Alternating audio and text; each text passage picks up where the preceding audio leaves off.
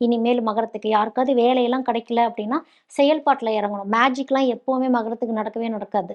உழைப்பு மட்டுமே தான். மேஜிக் நடக்கும். திடீர் அதிர்ஷ்டங்கள் யாருக்கு வரும்னா, மகரத்துக்கு தான் வரும். அதான் உங்களுடைய எங்கேயோ செய்த ஒரு புண்ணியம். எங்கேயோ செய்த அதாவது கர்மமும், தர்மமும் ஒண்ணா யாருக்கு வேலை பார்க்கும்னா, மகரத்துக்கு தான் வேலை பார்க்கும். உங்க கர்மமோட சேர்ந்து என் தர்மம் எந்த அளவுக்கு நீங்க பண்ணியிருக்கீங்களோ, அதன்படி தான் வந்து உங்களுடைய வாழ்க்கை அமையும் அப்படிங்கிறது தான் மகரத்துக்கு. இப்ப திருவோண நட்சத்திரம்லாம் இருக்கிறீங்கன்னு வச்சுக்கோங்க, மகரத்துல. உங்களுக்கெல்லாம் ஆல்ரெடி ராகு ஒரு இல்யூஷன்ஸ குடுத்து வச்சிருந்திருக்கும். இது அகைன் அது ஒரு கிரகணம் தானே. அந்த கிரகணம் பிடிக்க பிடிக்க என்னன்னா, அ தாட் ஃப்ளக்சுவேஷன்ஸ் இருந்துகிட்டே இருக்கும். திடீர்னு ஹெல்த் நல்லாருக்கும். திடீர்னு ஹெல்த் டவுன் ஆகும். திடீர்னு ஒரு விஷயம் பிடிக்கும். அப்புறம் பிடிக்காது. எதிர்த்து பேசுறது, லிசனிங் கெப்பாசிட்டி கம்மியா இருக்கிறது. லிசன் பண்ணணும் நெறையா.